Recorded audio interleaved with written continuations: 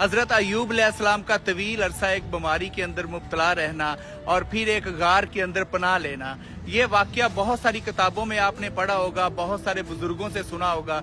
लेकिन आज अल्हम्दुलिल्लाह मैं उस गार के बाहर मौजूद हूँ जिस गार में तवील अरसा हजरत अयूब अलैहिस्सलाम ने पनाह ली और अल्लाह के हुक्म से इसी गार से उनको शिफा मिली।